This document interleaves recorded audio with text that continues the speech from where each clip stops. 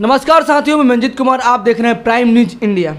दोस्तों, लगातार मैं ग्राउंड रिपोर्टिंग कर रहा हूं। कई शहर में, कई गांव में, कई पंचायत में, कई वार्ड में जाकर मुखिया, बीडीसी, वार्ड, सरपंच, जिला परिषद लोगों का इंटरव्यू ले रहा हूं। और आज रविवार है और आज किसी गांव में नहीं गया हूं और किसी पंचायत में नहीं गया हूं, लेकिन हमारे जीवन में शिक्षा बहुत महत्व रखता है। सरकार ने जिस तरह से हमारे ग्रामीण क्षेत्रों में ग्रामीण विकास के लिए, शहर विकास के लिए और देश विकास के लिए और पर्यावरण विकास के लिए जिस तरह से अहम भूमिका निभाती है, सरकार इतना पैसा खर्च करती है शिक्षा पे, आपको पता ही होगा। मैं बात करूँगा, शिक्षा में कई शिक्षा होते हैं, कई इंस्टीट्यूट, ट्रेनिंग, कोचिंग सिवान शहर में खुले हुए हैं और वहाँ के बच्चे उसमें तालीम लेते हैं, सीखते हैं, पढ़ते हैं और जीवन में आगे बढ़ते हैं। आपको पता है कि एक शिक्षा संगीत लाइन से भी लोग लेते हैं। संगीत में बात करूँगा, संगीत में एक प्रभाकर लोग कोर्स करते हैं, जैसे कि 6 साल का कोर्स होता है और first year, second year, third year, fourth year, fifth year, six year. मैंने खुद उसमें तालीम लिया है। 6 सालों से 7 सालों से मैं स्टडी किया हूँ। आज मुझे वो चीज़ अनुभव लगा कि क्यों नहीं मैं उस चीज़ को रिप्रेजेंट करूँ अपने शहर में, अपने गाँव में, अपने देश दुनिया में। इसी बीच में आ चुका हूँ आज अपने गुरुजी से मिलने, जो समाज के लिए, अपने समाज के युवाओं के लिए, समाज के लड़कियों के लिए और लड़कों के लिए एक बहुत अहम भूमिका निभाते हैं। तालीम देते हैं तबला का, संगीत का, हारमोनियम का। ये संस्था ओपन किए हैं कई वर्षों से, विगत मुझे लग रहा है कि 20 वर्षों से इनका संस्था ओपन है और चलता है सिवान शहर में। वैसे आज मैं इनके घर पे आ चुका हूँ। होम टाउन मतलब यहाँ सिवानी है और नया घर बना है, वहाँ पे ट्रेनिंग सेंटर खुला हुआ है। पहले कहीं और सेंटर चलता था, लेकिन अब वहीं पे स्थापित हो चुका है। सबसे पहले मैं बात करूँगा गुरुजी से, जो हमारे आदरणीय गुरुजी हैं और मैं इन्हीं के मुखाबिक जानता हूँ इनका नाम, और बात करेंगे आगे। स्वागत है सर हमारे चैनल पे। गुरुजी हमारा नमस्कार, प्रणाम है। हाँ, नमस्कार, धन्यवाद। सबसे पहले सभी जनता को मैं सादर नमस्कार करता हूँ, गुरुजनों को नमस्कार करता हूँ और आपके channel prime news India channel है, इसको मैं बहुत बहुत धन्यवाद करता हूँ। मेरा नाम अनूप कुमार दुबे उर्फ पप्पू के नाम से मुझे जाना जाता है और संगीत का सेवा करते मुझे लगभग 35-36 वर्ष हो गए। 35-36 वर्ष हो गए। हाँ, 35-36 वर्ष मुझे अध्ययन करते और फिर सिखलाने का भी क्रम लगभग 20-25 वर्ष से भी चल रहा है और बहुत बच्चों को सीखते सिखाते ये अभी तक समय आया। और इसमें सबसे बड़ी खुशी की बात है कि इस विधा से जो सहज लोग प्रभाकर कर जाते हैं, प्रवीण कर जाते हैं, इससे लोगों को जो लाभ है संगीत से करने से, वो आप जनरल सब्जेक्ट से बीएड करेंगे 2 साल का है और भिन्न तरह के खर्च भी हैं, क्लास हैं, लेकिन इसमें ऑफ टाइम में ही 1 ही दिन म्यूजिक सीखा जाता है। अब वही पर्याप्त होता है बच्चों के लिए कि वो 1 सप्ताह अभ्यास करें, फिर गुरु निर्देशन में जाएं, सानिध्य में जाएं, दी हुई तालीम को अभ्यास करके सुनाएं, तो उससे भी म्यूजिक हो जाता है और लोग इससे लाभान्वित हुए। और फिर सरकार इधर थोड़ी ध्यान दी तो अब बहुत से सरकारी हाई स्कूल में +2 में टीचर भी, हाँ, जॉब मिलना शुरू हो गया। मैं बात करूँगा गुरुजी, बहुत अच्छा लगा आपसे बात करें। मैं बता दूं कि मैंने भी आपसे सीखा हुआ है, बट मैं ज़्यादा उस पर ध्यान नहीं दे पाया। लेकिन एक चीज़ मैं जानना चाहता हूँ कि आजकल जो बच्चे, लड़का लड़कियाँ जो आजकल इंटरेस्ट दिखा रहे हैं म्यूजिक में, और ख़ासकर जैसे बॉलीवुड में जाना चाहते हैं, जाते भी हैं, लेकिन मैं बात करूँगा उस मुद्दे पर नहीं जाऊँगा। मैं बात करूँगा सिर्फ अभी टेक्निकल नॉलेज पे। जैसे अगर साहित्य की बात करूँ, संगीत से साहित्य कोई कर लेता है, प्रभाकर कर लेता है, प्रवीण कर लेता है, तो उसको जॉब कहीं भी मिल सकता है। हाँ, मिल जाता है। सरकार ने ये पहल भी दे दी है। सरकार ऐसा नहीं कि सिर्फ शिक्षा के क्षेत्र में है। हाँ। आप मिलिट्री में भी जाइए, आपको सॉन्ग एंड ड्रामा डिवीज़न है, PRD जनसंपर्क विभाग जो है, हाँ, उसमें है, रेडियो है, टीवी है। इसके अलावा रेलवे में भी सांस्कृतिक कोटा, भिन्न जगहों पर सरकार में संगीत की भी व्यवस्था है। अब इसमें जो जिस क्षेत्र में जाना चाहता है और जिसकी तालीम और शिक्षा जैसी है उसके हिसाब से लोग अपना जगह पकड़ लेते हैं। कर लेते हैं। भविष्य में मान लीजिए किसी कारणवश, इसको तो कहा नहीं जाएगा, लेकिन किसी कारणवश म्यूजिक में अगर कोई जॉब नहीं मिला हाँ। तो भी ये एक आर्ट है, एक इल्म है। इसके माध्यम से अपने हुनर से बहुत ऐसे कलाकार हैं जैसे जो अपना जीवन हाँ यापन कर जो सकते हैं। हाँ कर लेते लेकिन हैं। तात्पर्य ये है कि बता दो दर्शकों को कि जीवन में जैसे मुझे आज इंटरव्यू लेने का तात्पर्य ये था, क्योंकि मैं सिर्फ इसलिए इंटरव्यू ले रहा हूँ ताकि मैं जनता के बीच या अपने गांव के बीच या अपने जो शहर के बीच दिखाना चाहता हूँ कि जो बच्चे, जो लड़के लड़कियाँ जीवन में आगे बढ़ना चाहते हैं वो यहाँ से भी आगे बढ़ सकते हैं, कम खर्चों में, कम पैसों में तालीम लेकर। जैसे कि बहुत सारे बच्चे क्या करते हैं कि जनरल स्टडी करते हैं, इंटर करते हैं, बीए करते हैं, बीए करने के बाद वो घर पे बैठे रहते हैं। बाकायदा बता दूं कि आज जो माहौल चल रहा है बिहार में, बहुत सारे युवा घर बैठे रहते हैं, बेरोजगार के तौर पे जीवन जीते हैं। लेकिन सही मायने में सरकार भी किस तरह से जॉब दे, लेकिन सही टेक्निकल, सही नॉलेज और सही एक्सपीरियंस जिसके पास होता है वही जॉब के लायक बनता है। तो मैं बात करूंगा जो प्रवीण और प्रभाकर जो इंसान कर लेता है, जो बच्चे कर लेते हैं, वो जीवन में कहीं ना कहीं एस्टेब्लिश हो जाता है। ये सही मायने में ये बात है सर। हाँ, कि अगर हाँ। आपके यहाँ से कैसे मतलब कोई करता है, कैसे, थोड़ा इसके बारे में बताइए सर। जैसे हम लोगों के यहाँ है कि फर्स्ट ईयर से इसकी शुरुआत होती है जी। और second year junior diploma of music matric स्तर की डिग्री है वो। डिप्लोमेटिक स्तर। हाँ, उसके बाद third year fourth year senior diploma of music inter हो गया। बीए और बीए ट्रेंड कर देता है 2 साल में। इसकी ऐसी प्रक्रिया है, परीक्षा का एक वैसा उसका ढंग है कि उसको सरकार मान रखा है, सरकार मानती है इसको। और इसी से आपको नवोदय में, सेंट्रल स्कूल में, भिन्न भिन्न हाई स्कूल में बहुत बच्चे हम लोगों के भी के यहाँ से करके बच्चे लोग गए हैं, लाभान्वित हुए हैं, टीचर में हुआ है, स्कूलों में पढ़ा रहे हैं और अच्छा जीवन जी रहे हैं। उससे उनका लाइफ उनका सेट हो गया। तो ये जो कोर्स होता है कहाँ से? इलाहाबाद प्रयाग समिति से अब होता है। भिन्न भिन्न यूनिवर्सिटियों के अपने अपने डिग्री का नाम भी है और बहुत सारा यूनिवर्सिटी है। हम लोग प्रयाग संगीत समिति से जुड़े हुए हैं। उत्तर भारत प्रयाग संगीत समिति इलाहाबाद है, इलाहाबाद में स्थित है और पूरे भारत में उसकी संस्थाएं हैं जी। जो ऑफ टाइम में चलती हैं। जैसे आपको इवनिंग कॉलेज वगैरह को सुने होंगे। इसका मान्यता सरकार ने दे दिया है जॉब सरकार, हाँ, बरसों से ये बहुत पुरानी संस्था है। इसकी मान्यता सरकार दी है। तो आपके पास कितने बच्चे, मैं बात करूंगा कि कितने लगभग बच्चे अब तक जाकर जॉब ले चुके हैं ये तालीम पाकर? वैसे तो बहुत लोग शौक से ऐसे सीखते तो हैं, लेकिन मैं जॉब के लिए भी लोग सीख रहे 500 हैं। बच्चों से कम को ज़्यादा बच्चों को सिखलाया हूँ। हाँ। उसकी गिनती तो नहीं है। 20-25 साल में बहुत बच्चे सीखे। हाँ। और बहुत लोग टीवी में, रेडियो में, भिन्न भिन्न जगहों पर गा बजा भी रहे हैं। और बहुत लोग नौकरी कर रहे हैं, नौकरी में चले गए। उसकी गिनती नहीं है, मैंने अभियों 100-150 बच्चा सीखते रहता है। गुरुजी, थोड़ा आपके बारे में जानना चाहता हूँ कि आपका जो जीवन है कैसे, मतलब इस जीवन को आपने जीना शुरू किया? मुझे कैसे आए इस लाइन में? अच्छा, ये बात आपका प्रश्न बहुत सुंदर है कि आपने कैसे इस विधा को चुन लिया। हाँ। ये बचपन में ही एक हुनर अंदर पनप रहा था, लग रहा था कि मुझे उससे प्रेम लग रहा था। जब गाना बजाना कहीं गांव के स्तर पर भी हो तो उसमें जाके जैसे बच्चे किनारे किनारे बैठ के सुनने लगते हैं, वैसे सुनने लगते थे। फिर घर में जो गांव के माहौल में गाना बजाना होता है उसमें कुछ गाते कुछ बजाते करते करते फिर कोई गुरुजी मिले, हमारे प्रारंभिक गुरुओं की एक लंबी श्रृंखला है हमारी। अच्छा। आपके जीवन में बहुत, हाँ, 10-15 गुरु। ऐसे तो मुझे सब गुरु ही दिखाई देते हैं, लेकिन मैं सीखते ही रहता हूँ। मेरे अंदर है कि मैं सीखता रहूँ। आज भी मैं सीखता हूँ। हमारे पॉकेट में 1-2 बोल बराबर रहते हैं, कुछ नया कि मैं इसको जान जाऊँ, इसको उंगलियों से निकाल लूँ, इसको मैं अभ्यास करूँ।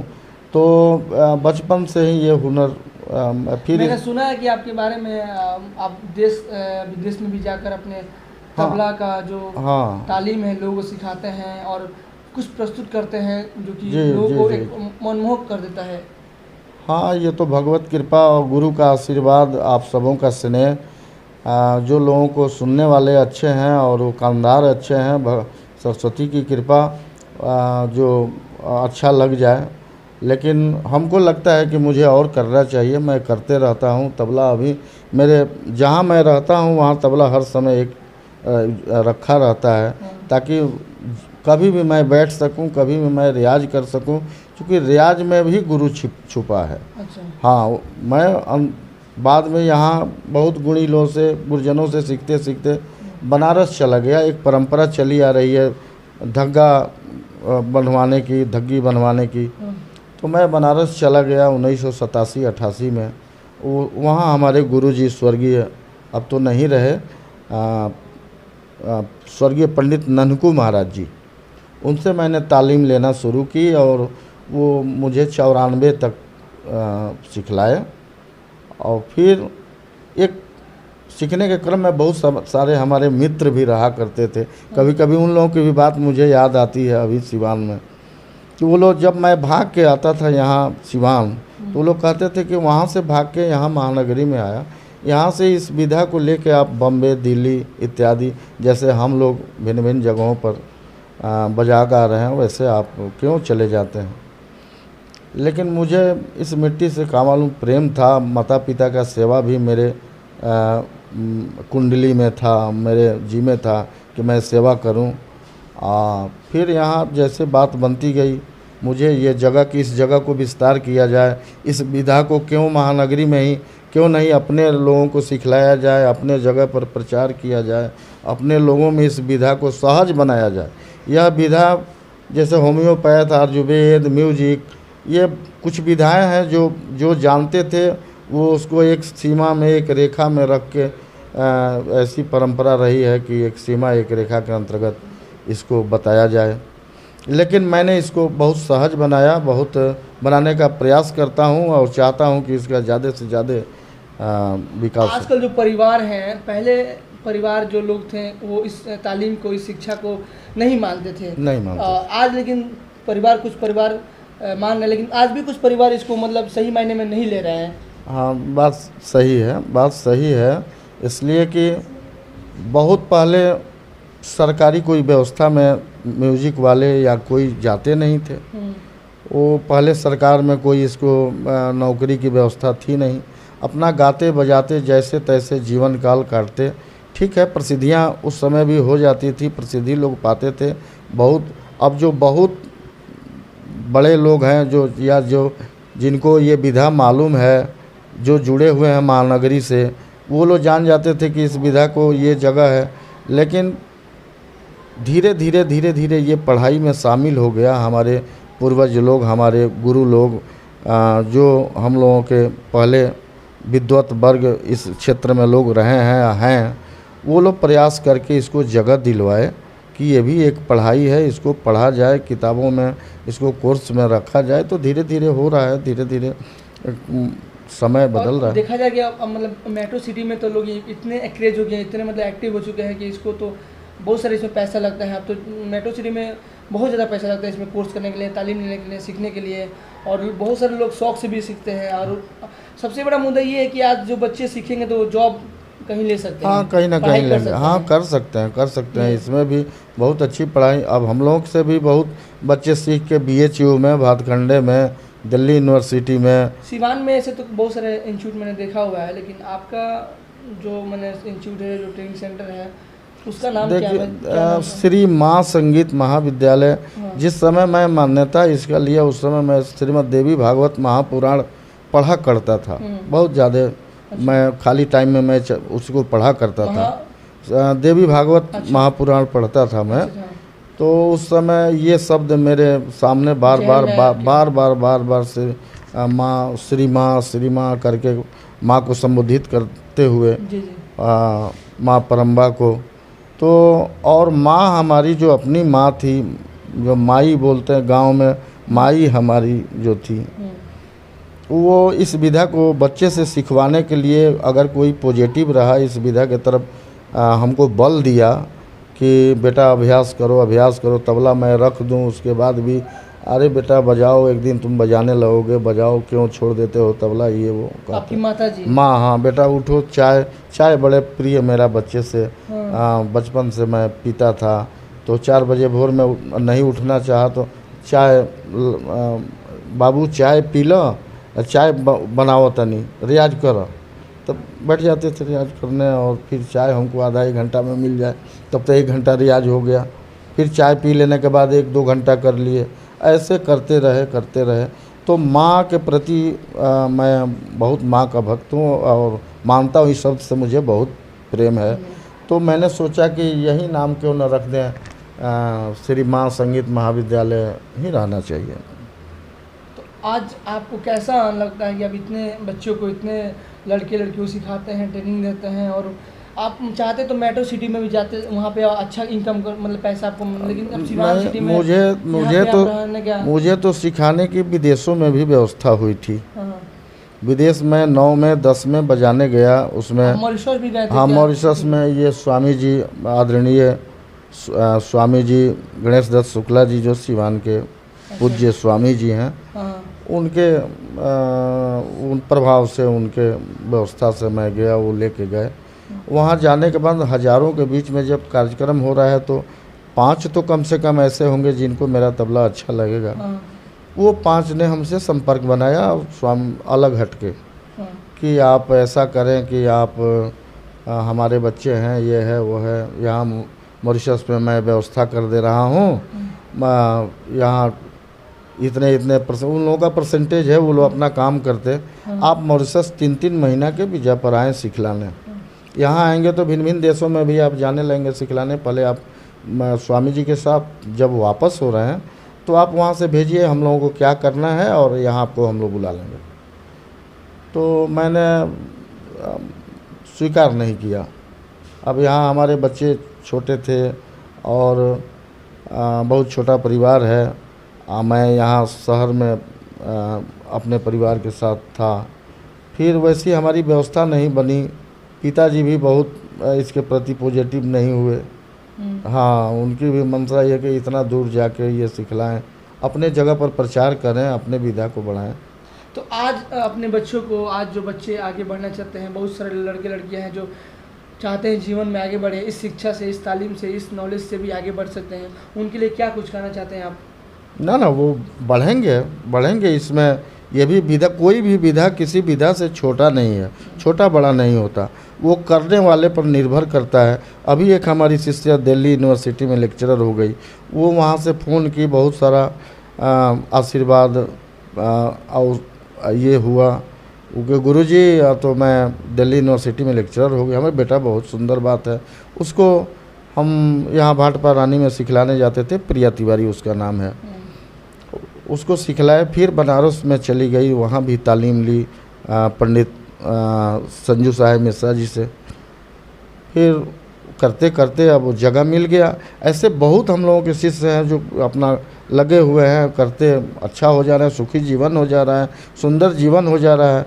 अभी पिछले वर्ष ट्रम्प का जब आना हुआ था यहाँ भारत दौड़ा में, तो उसमें एक वायलिन, उनके स्वागत में एक वायलिन और एक तबला दिल्ली यूनिवर्सिटी से ही 2 महिलाओं को भेजा गया। उसमें एक हमारी शिष्या थी, बजा रही थी। अच्छा। अभी जो रामनाथ हम लोगों का आदरणीय राष्ट्रपति और आदरणीय जोगी जी, ये लोग यहाँ अयोध्या में जो गए थे, मालिनी अवस्थी का 5 मिनट का गाना था, उसमें मेरा ही शिष्य मुकेश मधुकर, इसी गोपालगंज का लड़का है, जो हमसे तालीम लिया है, 3-4-5 बरस वो सीखा है, वहीं तबला बजाया मालिनी जी के साथ अयोध्या में।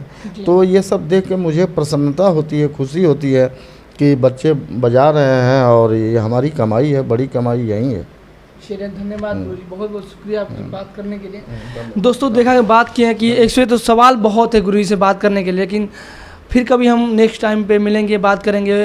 इनके जीवन के बारे में तो ज़्यादा बात नहीं कर पाए, लेकिन मैं बस थोड़ा बहुत मुद्दा पे बात किया कि जीवन में जो ऐसे इंसान आगे बढ़ना चाहता है तो शिक्षक से भी आगे बढ़ सकता है।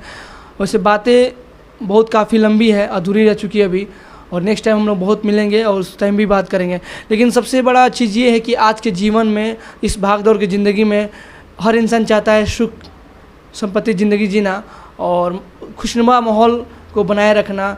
गुरुजी से हम लोग इंस्पायर हो सकते हैं कि एक खुशनुमा माहौल बनाकर ज़िंदगी में आप हासिल कर सकते हैं और सीख सकते हैं, लर्निंग करके जीवन में आगे बढ़ सकते हैं। जो इंसान सिवान शहर में गोपालगंज सिटी में या सिवान सिटी में अगर बिलोंग करता है, लड़का लड़कियाँ, अगर आप लोगों को बस लगता है कि मुझे फ्यूचर में संगीत लाइन में जाना चाहिए, जस्ट लाइक कि सिंगिंग में, तबला में, तो आप लोग यहाँ से तालीम ले सकते हैं और आप लोग मेरे चैनल के माध्यम से जुड़कर यहाँ फॉर्म फिलअप भी कर सकते हैं और आगे बढ़ सकते हैं।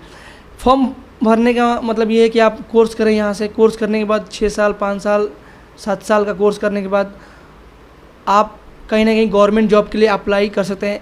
आपका जो लेवल होगा, जो क्वालिटी होगा वो बेस होगा और आप कहीं गवर्नमेंट स्कूल में अप्लाई कर सकते हैं। इसके अलावा हम लोग तो जैसे कि बहुत लोग शौक से सीखते हैं, जैसे लाइट सॉन्ग सुगम संगीत करते हैं, जैसे मैंने किया था वो लाइट सॉन्ग संगीत का, तो उतना मैं ध्यान नहीं दिया पाया। लेकिन मैं बता दूं कि कुछ पल में जब ध्यान दिया था, एक पहला ऐसा इंसान था सिवान शहर में, आज इकलौता ऐसा इंसान हूँ कि इंडियन आइडल में जा चुका था। 2011 में गुरुजी के पास मैंने सीखा था, गुरुजी से ज़्यादा सीखा नहीं था, इनके चेला एक और कोई थे तो उनसे मैं सीख रहा था, बट ये भी वहाँ पे आकर सिखा रहे थे और कुछ महीने में मतलब सीखा था। लेकिन क्या होता है कि ज़िंदगी में इंसान कई वे में कई रास्ते पे चलता है और बहुत सारी इच्छाएं होती है इंसान की। जैसे मेरे पास इच्छाएं अनंत है, इसकी वजह से मैंने कई इच्छा पे काम किया और उसको मैं नेगेटिव में नहीं मानता हूँ, हर किसी का अलग अलग है। जैसे कि उसी इच्छा के अनुसार आज मैं एक्टिंग करने का, आज मैं गुरु से इंटरव्यू ले रहा हूँ, जो मेरा कंपनी है प्राइम म्यूजिक इंडिया, कहीं ना कहीं मुझे लगा कि उस कंपनी से जुड़ा, उस कंपनी से सीखा और फिल्म लाइन से जुड़ा, मतलब कहीं ना कहीं उसी चीज़ का ये देन है। अगर मैं संगीत से नहीं जुड़ा रहता, संगीत से नहीं सीखा रहता तो आज मैं इतने बड़े लो से इंटरव्यू आज नहीं लेता। ये कहीं ना कहीं उसी का देन है। तो ये कम्युनिकेशन, ये जो चीज़ है ये उसी का देन है। तो जीवन में हर इंसान आगे बढ़ सकता है, हर इंसान कहीं ना कहीं एस्टेब्लिश हो सकता है। तो मैंने यही कहूँगा कि गुरु से कि आप अपने बच्चों को, अपने जो भी लड़के लड़कियाँ उनको जीवन में एक आशीर्वाद दीजिए कि ताकि वो जीवन में आगे बढ़े। ना भगवत कृपा, राम जी की कृपा, माँ सरस्वती की दया, हम तो चाहेंगे सब लोग इसको अच्छा से करें और सबके साथ प्रभु के, भगवान की कृपा हो, माँ सरस्वती की दया हो कि सब लोग अच्छा गाएं, सब लोग अच्छा बजाएं और अभ्यास करें। अभ्यास में भी गुरु हैं। चलिए, धन्यवाद। धन्यवाद आपको। तो इस वीडियो को लाइक करें, कमेंट करें, शेयर करें। Thank you.